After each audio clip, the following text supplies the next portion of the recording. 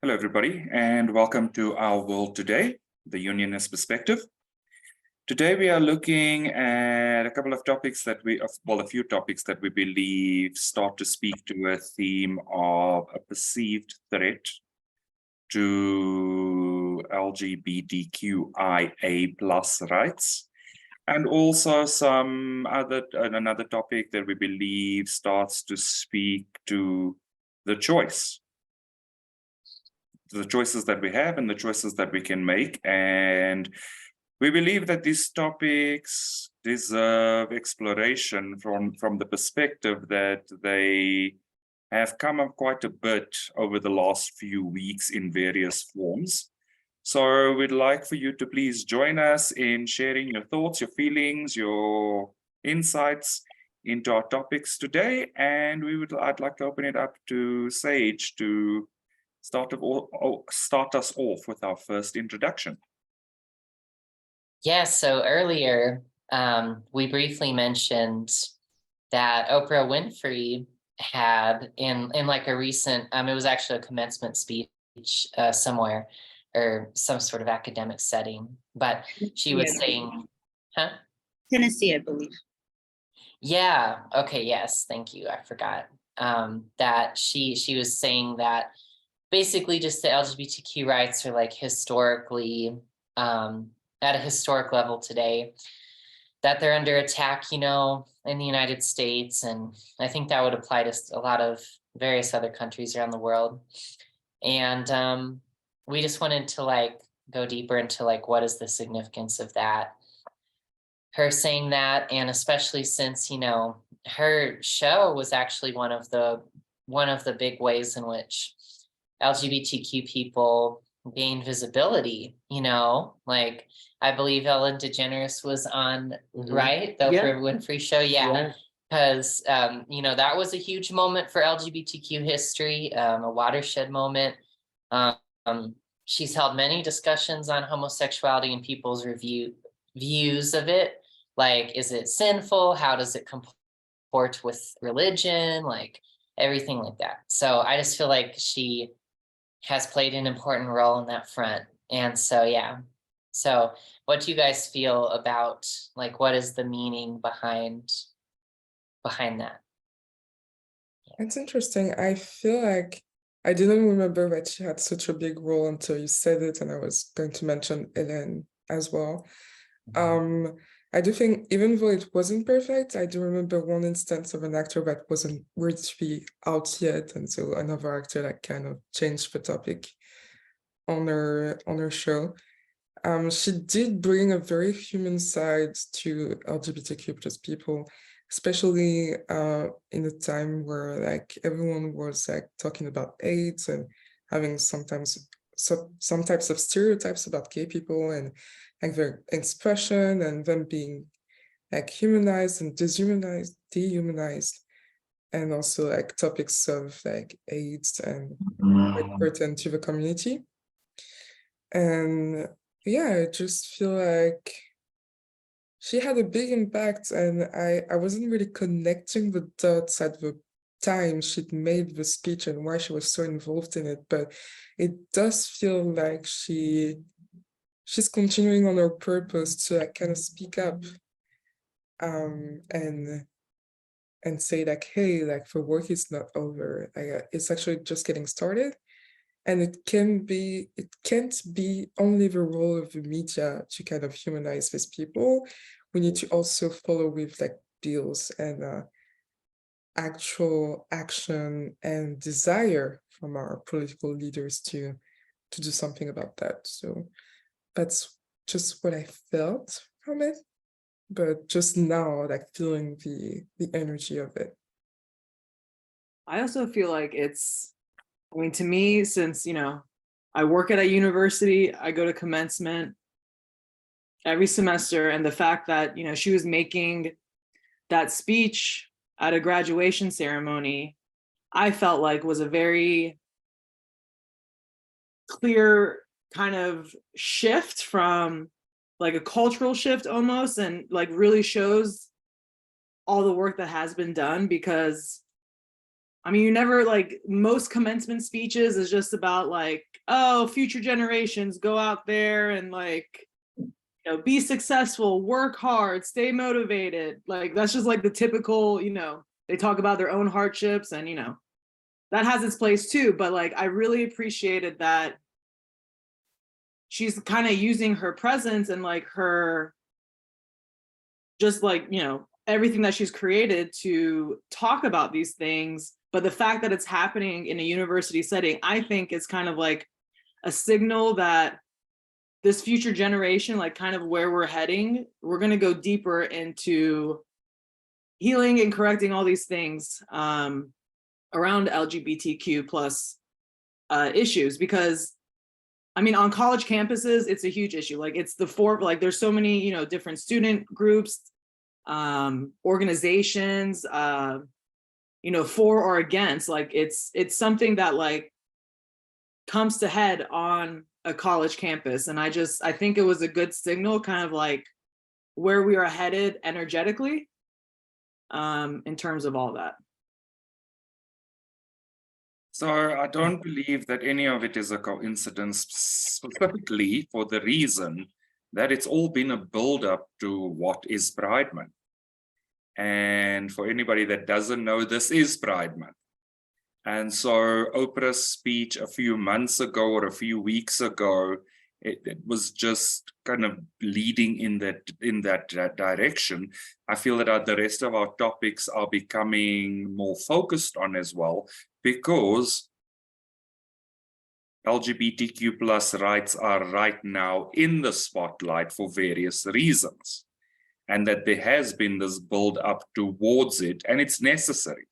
It's necessary to consider whether these rights are completely entrenched or not, whether our rights are under threat or not, whether there's a requirement for us to reaffirm our choices to stand in our truth.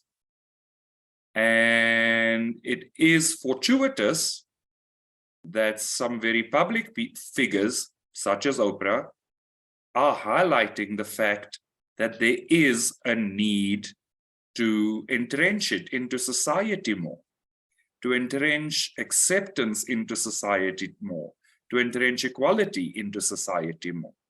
And I like that it was done at a commencement speech, because literally those are the people that are going to go into organizations and become leaders. Those are the people that are going to go into organizations and be affected by diversity and equity and inclusion policies, or the lack thereof. I think it is important that it is highlighted to ensure that we don't assume that the work is done, but to remember that there may be additional work to do. And while that work may not require the grind that was required before to get to this point, there is work required to ensure that we don't backtrack and that we don't lose the gains that we've made because we've started to become lazy about what we want in our lives and what we will have and what we will not have. So I think it's very important that all of this has culminated in Pride Month, and that our focus today is very much on this topic in the middle of Pride Month. Yeah, I feel too, with Oprah making the point, I feel like she has a lot more power in making it than a lot of people, because historically her show has had such a broad appeal to so many different demographics, regardless of who you are. So, you know, so she's talking about like all these different like topics of, you know, social and personal life. And then sometime in like the history of her show, she starts talking about LGBTQ stuff. And now her audience, some of whom would be really anti-LGBT and some of whom would be pro and anywhere in between, are being exposed to this and like, well, I love Oprah, so I've got to give her a listen. I can't just tune her out. It's Oprah, you know, and that's how she has wielded so much power, because I feel like the choice she's making is genuine inclusion and understanding and love. The part that's missing would be that we spiritually, the LGBT community, have to create acceptance within ourselves. Like no amount of like, you know, telling people how things should be is going to create permanent change, hence all the laws that we're seeing nowadays, you know, that are coming up. Because now resentment from those who are anti-LGBT and their sentiments, it has risen, and so their will has risen to push back and ban. And then so that's going to keep, that would keep happening until you resolve the spiritual issue. But I feel like it's, Oprah has a lot of power in saying that due to the nature of what she does and her intention. And also I feel like it was not because of that intention. I feel like it's more in place at a commencement speech. One of my commencements, I think it was in grad school, we had Ken Burns come, who's a documentary filmmaker, and he basically just went on a rant against Donald Trump. Like his speech for our commencement was just a rant against Trump. And my mom was furious because she loves Donald Trump. And I'm not saying that that was an unwise move because he offended my mom, but I'm saying it was an unwise move because it's so partisan, and it's just basically just throw some punches back. Whereas with Oprah, the energy is very much, let's love and create empathy and inclusion. And it's not, let's strike at the bigots like Ken Burns was doing at my commencement. That was so awkward. That was the most awkward commencement I've ever been to. Oh, man. Speaking of leaders and how they represent us in America, let's go across the seas and see what's going on in South Africa with our brothers and sisters, and how this politician has any leg to stand on when he's talking about LGBTQ. What do you guys feel about South Africa? So I would like to contextualize it a little bit, because it's not the only thing, it's the primary thing, because it was topical in the news.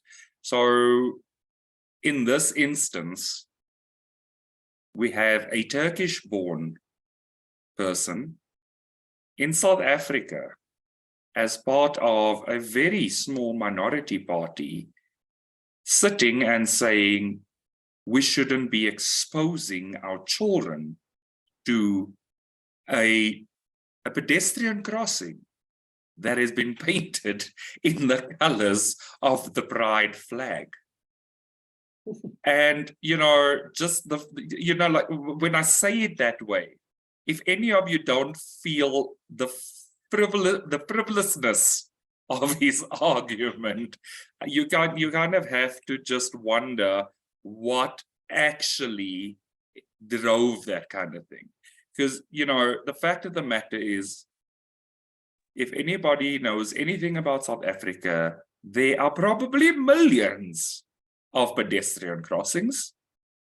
There's one in one small part of what is more a tourist attracting kind of environment, so Cape Town.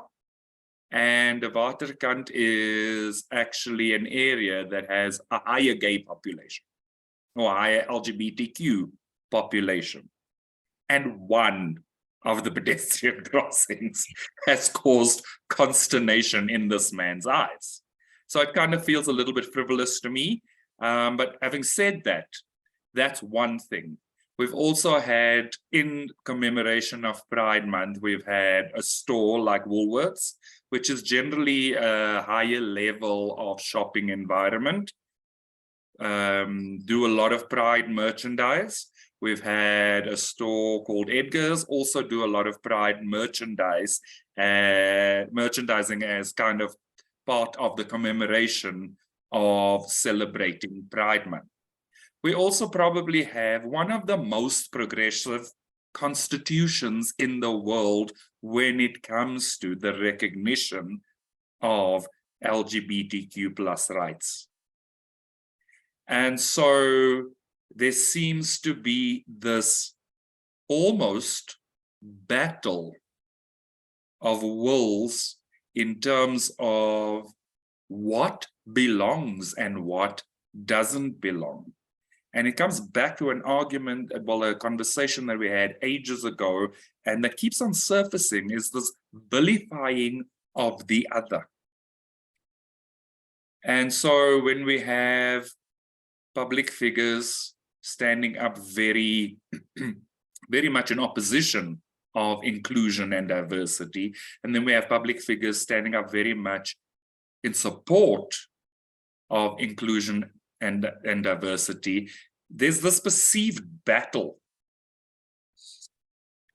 And it kind, you know, when I look at it, it almost again goes back to how we choose to see the topics as indicative of a complex individual, where you sometimes accept yourself and you sometimes don't accept certain parts of yourself.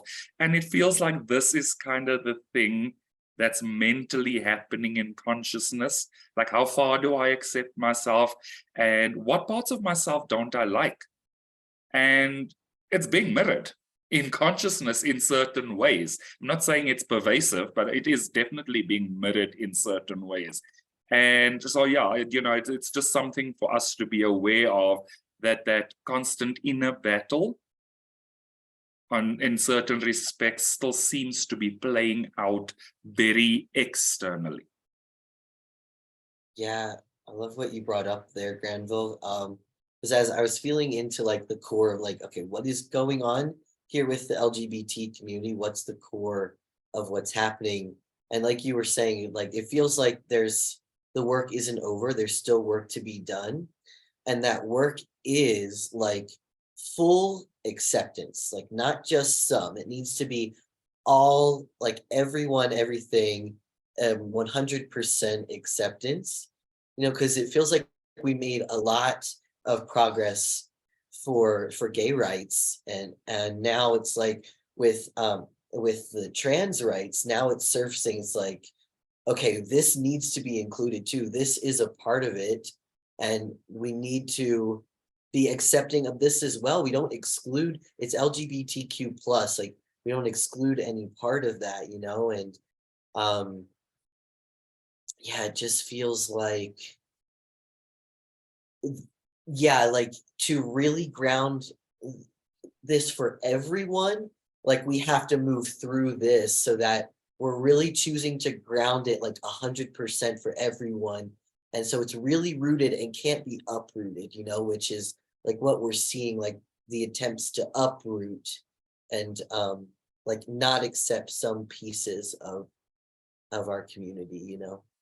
And ourselves, because it literally, I think it's again, it's, you know, we've learned through all the teachings of unionism and of union that the outer world is a reflection of something that's happening on the inside. And so spiritually, we need to ask the question, what's truly happening on the inside that's still allowing this contrast to surface in our reality? Yeah, it has to be that choice, exactly, that choice for the LGBT community of like 100% acceptance, and that's it, you know. I love what you guys have said. There was something about, like, at the beginning, I was asking a question in myself, like, how has one pedestrian like rainbow turned into that international article about like our rights are in danger? And I was like, what? You know, I'm missing something. And then Grenville like answered the question kind of, and then there's this feeling of like, you know, there's all this upheaval, all this outrage against like, you know, how the LGBTQ plus people are perceived by themselves and by other people. I think about like my colored communities here, and it's always like there's this thing about like, okay, gays and lesbians, we do accept it. Okay, fair enough.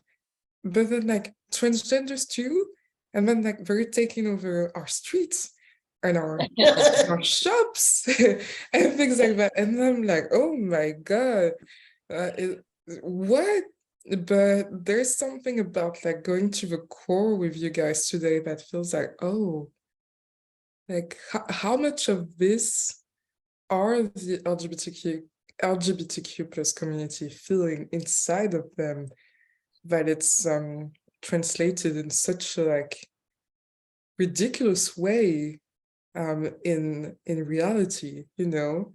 And so it's almost like if we were to take a very positive spiritual component of that, it's almost like the universe kind of saying, hey, you know, it's ridiculous, but it grabs your attention. Like, it's time that you end this inside of you. Mm. And yeah, that's what all that I have to say. But I enjoyed your insights. Like I couldn't have done that without you talking about that. And, I just want to share a very personal, bizarre snippet. Like I am responsible for part of internal communications in my organization. And we're running something called the Champion Challenge. And it just so happens that Youth Month in South Africa coincides with Pride Month in South Africa. So what I did was get a visual created that incorporates these two elements. And my marketing team went and found an image of a young girl with a medal around her neck, holding up what was very subdued colors of the pride flag. And I literally had somebody complain that it's against their religious beliefs. And I was just like, how fitting is it that the only complaint comes from a religious person who knows exactly what the pride flag colors are? And it's, and it just, as you said, it almost teeters on, it's going from the sublime to the ridiculous. And so again, it's just that again, it's that feeling of like, are we downplaying ourselves to be accepted? And in that downplaying, is that what's highlighting more animosity? And how loud and proud do gay people actually have to be? And what does that entail as well? Because, there are literally levels of ridiculousness. And as a gay person, I find very flamboyant what we generally term screaming queens as a problem. But then you tone it down and it's also a problem. And it's like, what is the choice here? Like at which point does the choice filter into reality so that the contrast kind of uproots? And I think either you said it, Eurine, or Sage and Isaiah said it. It's the sense of there's upheaval happening, but the upheaval might just be the thing that's indicating that the bad remnants are starting to lift. Because we all know when there's upheaval happening, the core of it is that there's been some healing happening. Right. I think it's all about, you don't have to quantify how you need to appear to other people to solve a problem. You actually have to go inside. Otherwise, first of all, you're never going to please all other people, and it's not going to solve the problem, because there's always going to be someone trying to pull your leg, and Yeah, I wanted to dig a little bit deeper. We'll actually go to the core and go back to the US and talk about 300 plus anti-LGBT bills that have been passed. as well as the travel ban that's going on for our queer brothers and sisters. What do you guys think about that? And how do you think our community allowed this to happen, such restriction? Yeah, yeah, it's a lot, I guess. So to I summarize- just want us to just check in with Andia. She was going to raise a couple of points a couple of times on the past two topics. So let's see if there's anything that she needs to also just share before we move into the next topic. I appreciate that. No, I mean, I was just going to, it just brought to mind, because like Granville, you mentioned it, like, you know, there's like this division within the LGBTQ community. As you were saying, you know, you're gay, but yet like flamboyant gays, it's like, And then, you know, I've met a lot of like lesbian women who think trans women are not women, and that like somehow, you know, that's like they're like an offense to them. And so, and I feel like it kind of goes back to like what Yoreen was saying, like there's a lot of like things that are happening externally, you know, like creating all these like, oh, you're butch and you're flamboyant, or you're this or you're that, but those are like all outer things, and it's creating like this illusion of separation where instead of kind of like going within, like Yoreen said, and just trying to figure out what is it, why is it that there is this sort of separation, or like this needing to kind of like repel, like, oh, well, this is okay, but that is not okay. Like we've gotten to a point in society where, you know, if you're a gay man or, you know, a lesbian, that's okay, but anything like outside of that, you know, is, oh my God, no. So, but yeah, that's all I wanted to bring up. Yeah, that's a really good point. I missed you there, Andy. Okay, Andia.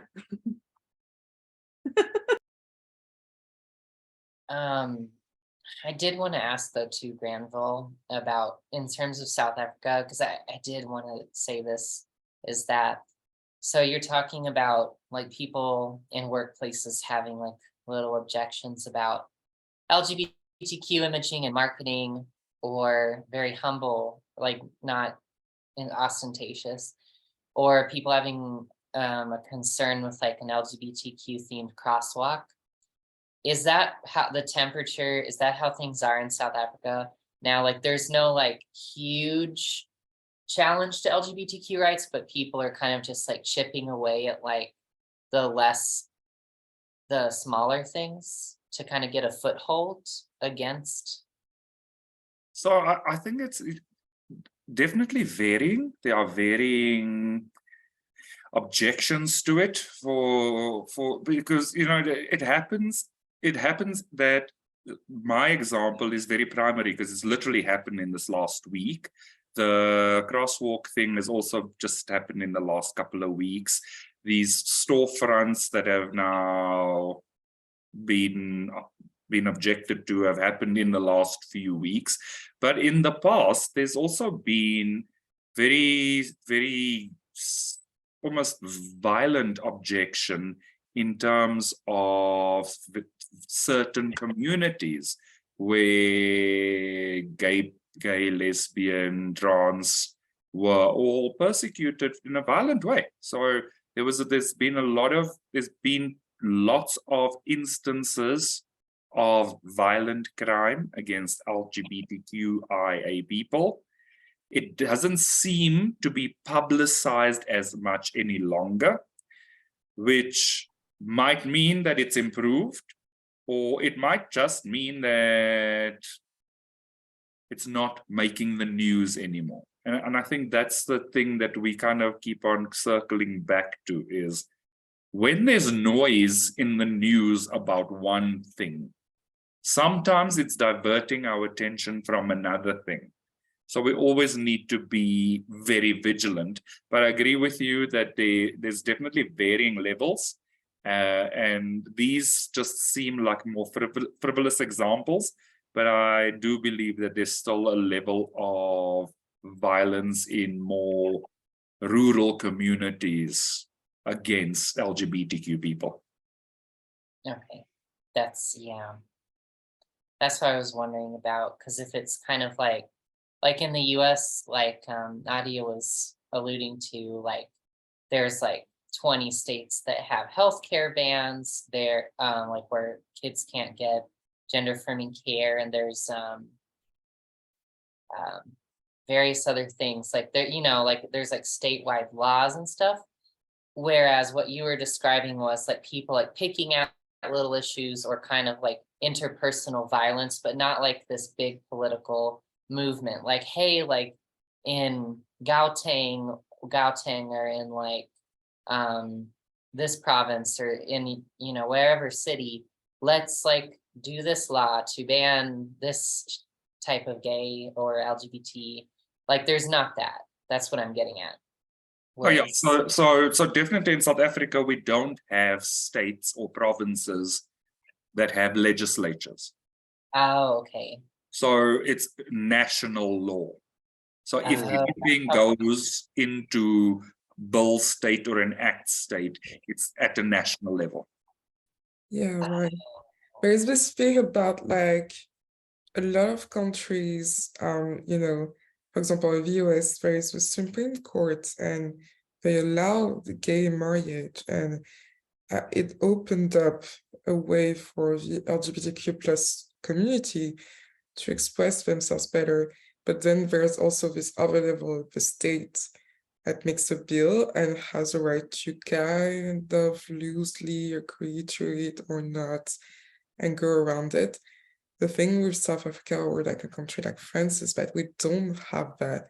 We have regions, but they very much abide by national law and the constitution. There's no like other bill passed in the region. There are just decrees that pertain to the function and of the region, the way it's managed. So it's different, but it doesn't mean that there's less struggle there to go about it. It just means that it's just a different way to see the challenge for the United States and in terms of bills. But like as we were saying, inside, these are still the same challenges in all countries. And so I just feel like, yeah, just the bills are something very specific to the US to like heal. But there is also this message of like, hey, this is just how the challenge looks for you. And it's also an example that makes us reflect about like how it's going for South Africa, but how it's going in the US, makes us like ask questions, maybe internationally, because it's more publicized. But it still like proves that we can talk about it everywhere, because usually when these things happens in the United States, like we kind of want as a global community to have a say in what's going on and support or like discipline people in America, because we know that there's this like cultural power, and it's important for us that Western countries are still in that stable state of progress and going forward, and we won't accept that our brothers and sisters in the US would like derail from that.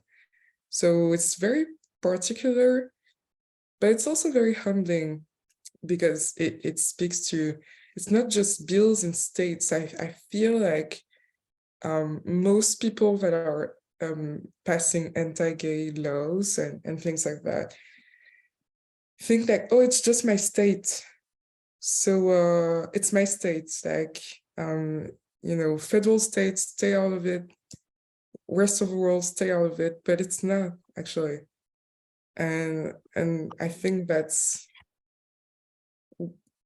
the kind of upheaval that the US has to heal, and that we have a say in as on the international scene. But I don't know how you guys feel about that, because like may be different from like, I know in Europe, we talk a lot about it because we feel this sense of like responsibility to uphold the energy, but it might be very different for you, whether you're in South Africa or like seeing it from inside, you know, so I'm curious what you guys feel.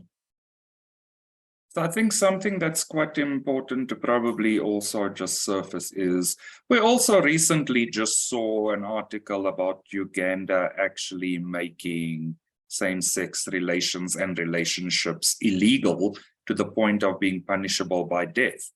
So there's definitely, while not in South Africa, definitely parts of Africa where LGBTQ plus rights are being eroded. And the difference with a country like South Africa, because we have a national legislature and then provincial legislatures that are branches of the national legislature, a province cannot contract outside of the law in any way. So I think that's one of the things that probably shifts the ability to legislate abuse. Because on a level, regardless of whether it's LGBTQ plus rights or women's rights or racial rights for that matter, on a level it's tantamount to abuse of the human, of the humanity, of the humanness of a person, to exclude them from what should be the rights of citizens. And so I feel like that battle, the constant struggle, that energy of struggle is probably still plaguing us in various forms on various platforms. Yeah, I feel like the point is like what Irene was saying, that we all are going through the same thing. It just looks differently. And I guess like different countries are at different places with any issue, but you're still healing the same thing, basically. Yeah. I just want to, all this stuff just makes me feel sad. This shit is fucking sad.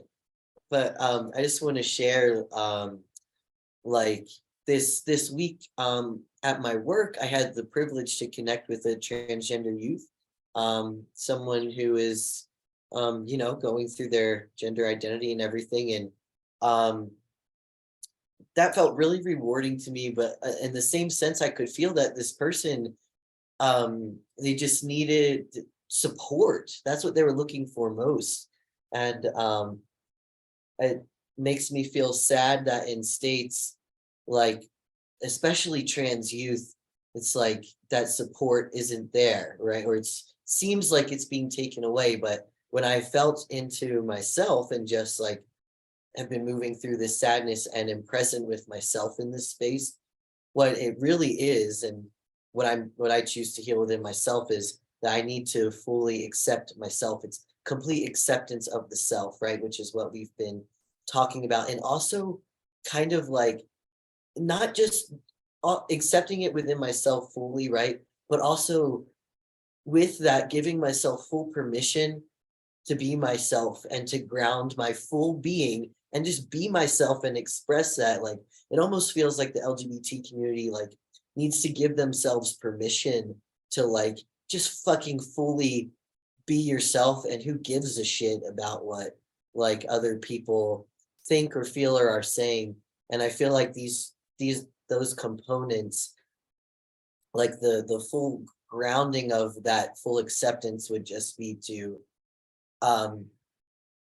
really allow whatever that feeling within yourself, that acceptance give yourself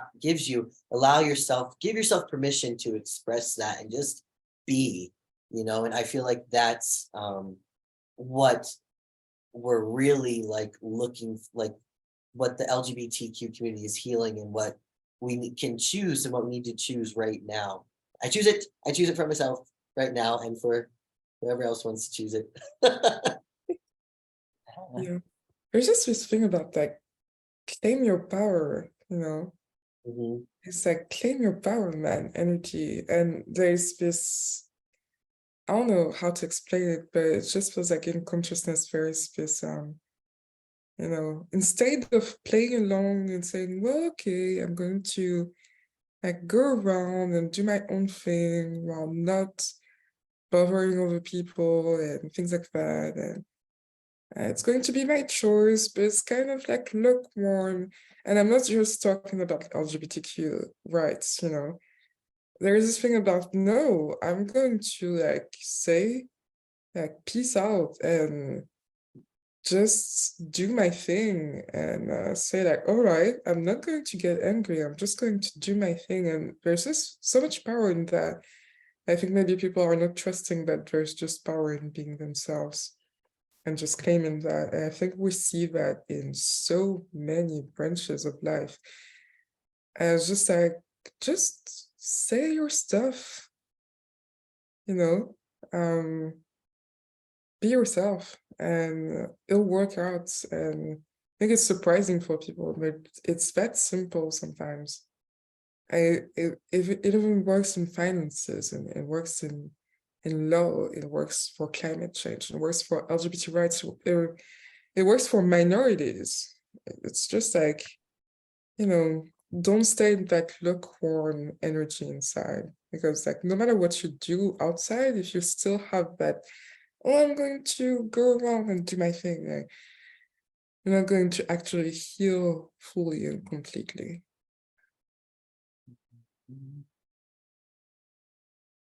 Yeah, and I feel like that is, I think it's like a lot of the time there's feeling that you have to like, yeah, just like push back again. Well, I mean, you can, you, of course, you should stand up to people who are like who are like trying to abuse you. But you energetically, I think, just in anywhere in the world, everyone in some way is working through this or is experiencing this, where like you're putting your energy into fighting those who like oppose you, or you're putting all your energy into like pushing back against like whoever, like the haters, whoever you perceive the haters to be like for you. And like that's not what creates change, because I mean, obviously, so there's standing up for yourself and having a boundary and everything, but like you don't want to put your power outside of yourself.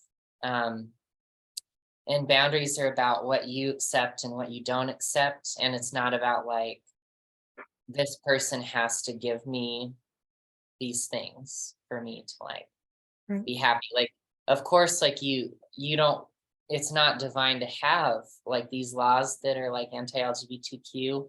It's not divine to have anti-LGBTQ violence. But what I'm was saying and feeling about it is that you have to claim everything that you desire like in yourself first. You know, like you can't, and you not like what Urine was saying, like just be yourself, meaning don't focus on combating the opposition that you see in your reality. Just focus on loving yourself and being that, and that is really powerful.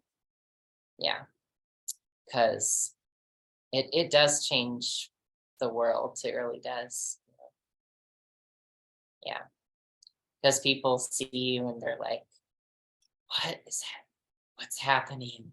This person like is happy and fulfilled and at peace, but in a way that I deem unacceptable or impossible. What does this mean? You know, and then for some, it kind of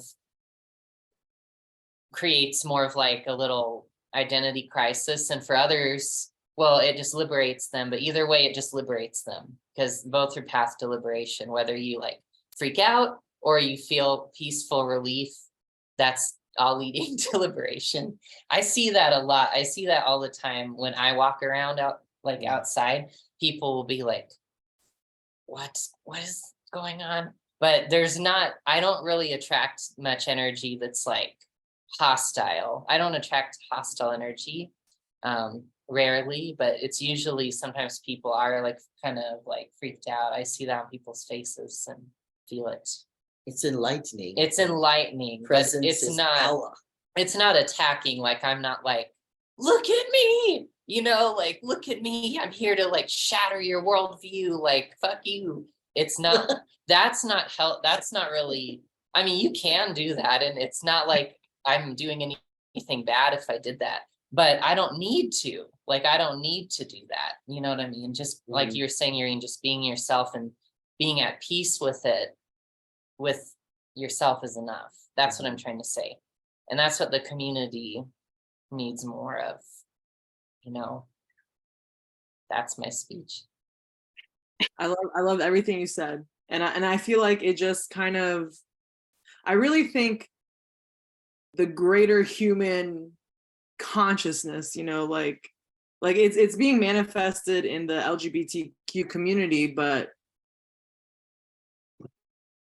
it's manifested in other ways in other places. And so I feel like it's just like one area that we're seeing it, but you know, you being yourself, inspiring other people that may not necessarily identify as trans, but it could help them just realize, well, oh, if this person can be themselves, then I can be myself. And that just may mean, you know, I don't know, I like to have green hair or something, like, I don't know, like the most mundane, you know, sort of thing. But I just like, you know, I just see this a lot. Like, I just, you know, from the teachings of union, we're all one child of God. We're all part of that consciousness. And yet you look at the external world and there's so much division, there's so much separation, and human beings are constantly trying to, like, you know, one up each other, or like, you know, make it seem like there's not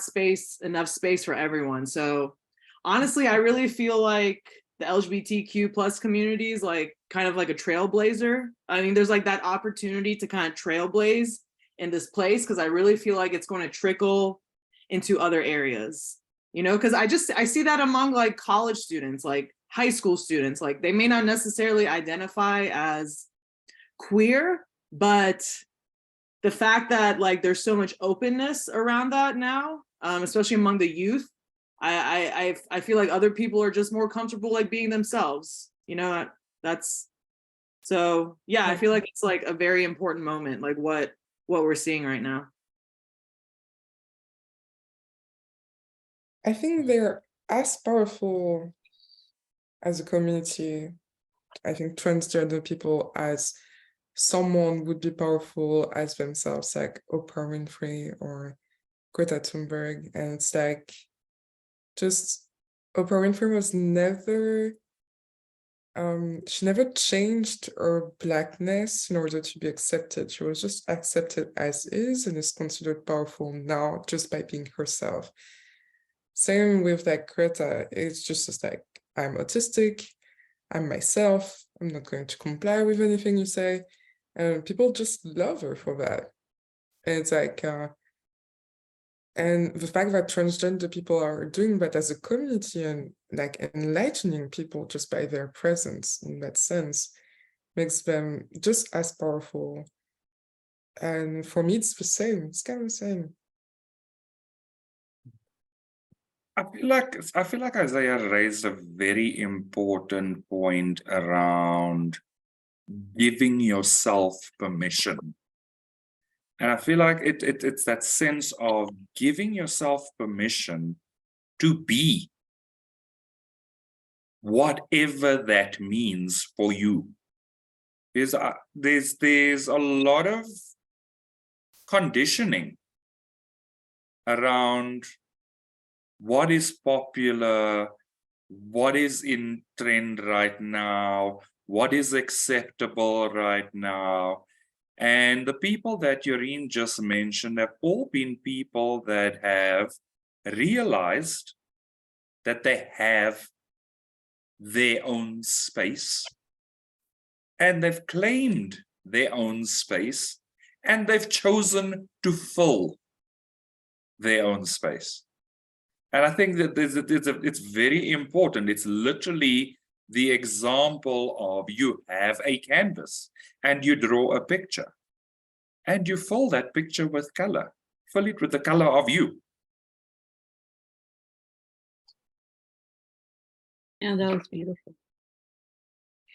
Do you guys find that there's a connection with what's brewing amongst us in the LGBTQ community, as well as what's been happening in the sky about the smoke that's coming down from Canada and how it's a health hazard for us?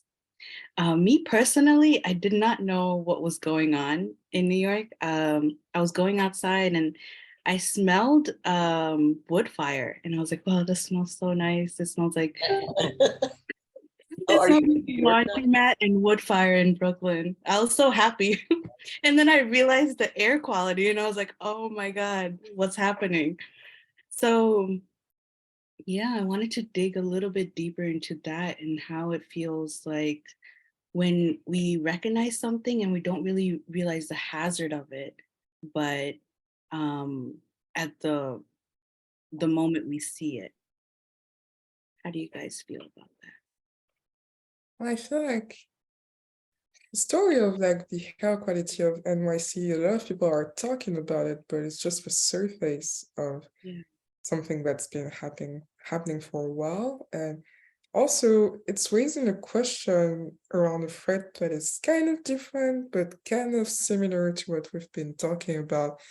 It's like, what on earth is happening so that Canada, which has the largest amount of bodies of water in the world, can even sustain like calming down these wildfires, have been calling in support from South Africa and Europe just to have these wildfires contained. And why is it happening in the beginning of June? Like, I feel like in the latitudes of like Canada is like around the same latitudes as France. And in our latitudes, like it's not as hot as it usually is. What was I going to say? It's not as hot as it currently is in the beginning of June. Like right now, we're experiencing what feels like what should be happening in July. And so almost feels like the forests of Canada are kind of like upset or something. It's like there's thing about like there is this upheaval there as well. And it's like and NYC and the air quality is just the tip of the iceberg that is alerting people to, hey, like we still need to change things about climate change. It's the same thing like choice. And the most ridiculous things is helping us see that, hey, like we need to claim our power there and see that there is space for climate action and still having a comfort of life, but we need to take the step and not wait for the ridiculousness to get even more ridiculous and even dangerous.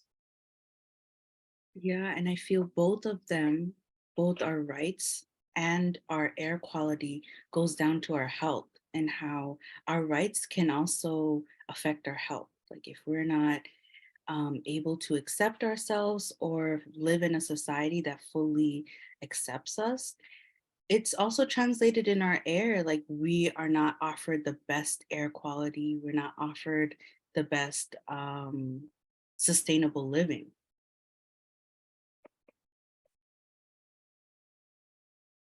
Yeah, I actually, yeah, so someone who I used to work with had a Facebook story up and talking about how the medical community has researched how like stress, high levels of stress, so from like poverty or from like marginalization in society causes, yeah, like disease at a molecular level, you know? And so basically, I think that that is a really good link with like the whole health thing and the whole like yeah, air quality, like how that affects your health.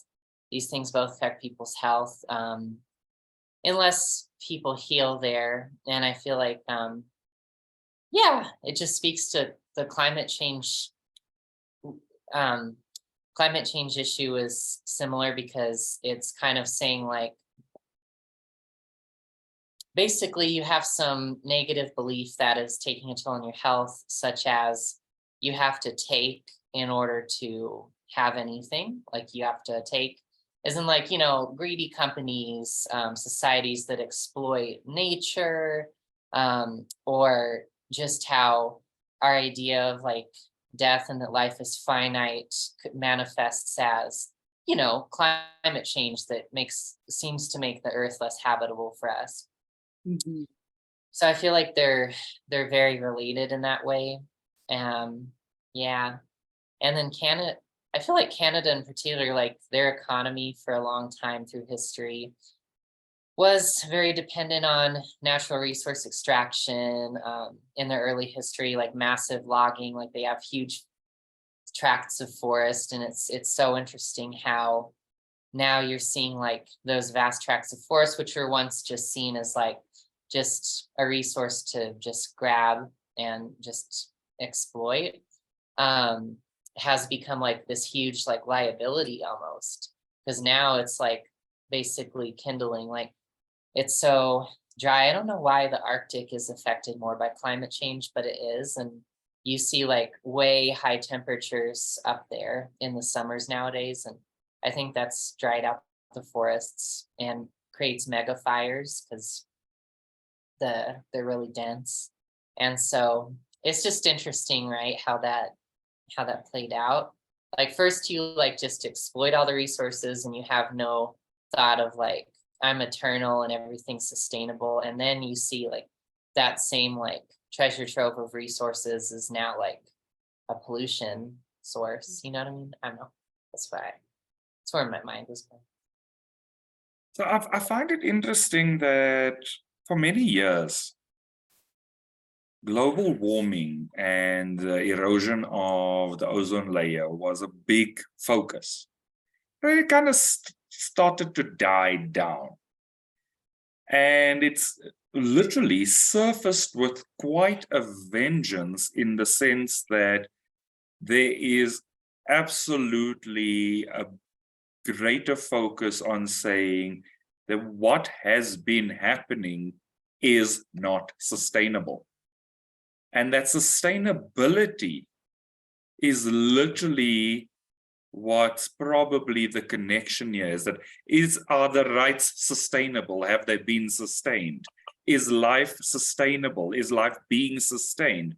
What do we need to change about how we engage with each other, with life, with the planet? It's literally calling on us to take a long, hard look at ourselves and go, something's not really working.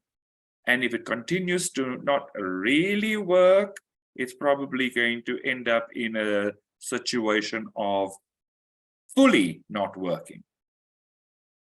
You know, it's literally that parent that says, don't do it, don't do it, don't do it, don't do it. And then there's this big slap, you know, and I just feel like there's this a little bit of a cosmic slap that's saying, wake up. Things need to improve. Mhm. And I really like what Isaiah said about grounding into self-acceptance. Then the things that need to improve start coming up automatically. Kind of shocking how the ozone layer was such a big thing, yeah. And now that it's resolved because the whole like kind of closed down, we forgot about it, but we were on the brink of like losing our atmosphere in a very like dramatic way. So yeah, that's we definitely need to kind of wake up in that sense. Cool. So thank you everybody for the conversation today. We have reached our hour. So